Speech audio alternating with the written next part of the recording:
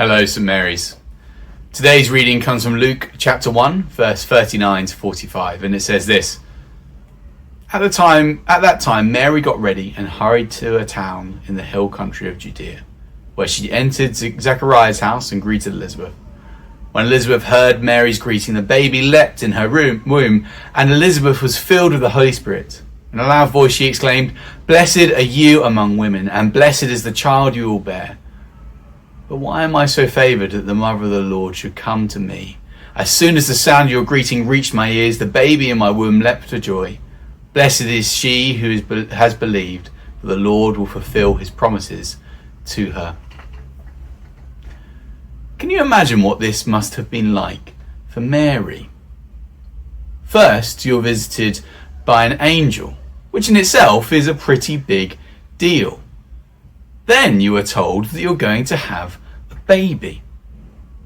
You're told that your life is going to be turned upside down as you suddenly become very conspicuously pregnant before you've married your fiancé.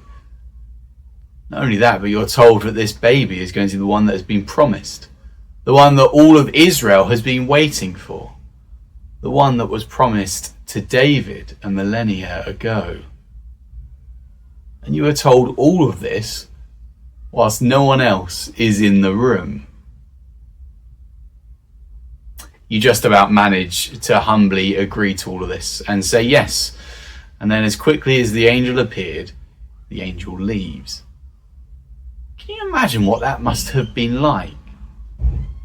Mary's head must have been spinning.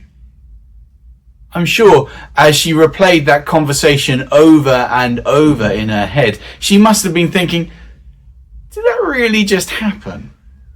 Did the angel really just say all those things to me? Or did I dream it? Then, as Mary replayed the story in her head, she remembered something else the angel had said.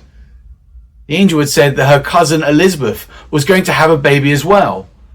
Finally, something to grab hold of. What does she do?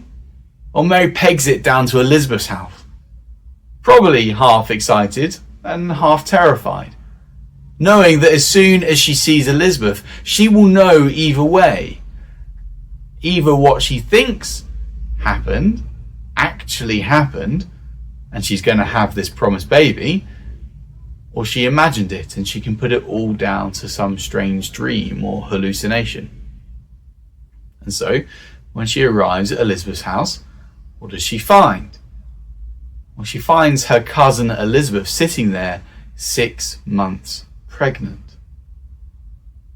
Not only that, but she barely had time to say hello to Elizabeth before Elizabeth was overcome by the Holy Spirit and started to loudly proclaim that Mary is indeed blessed because she is going to have this baby.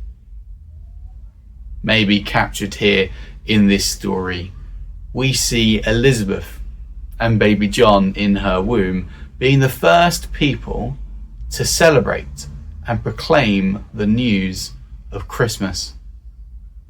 Maybe we see them to be the first ones to repeat the sounding joy that the Lord has come.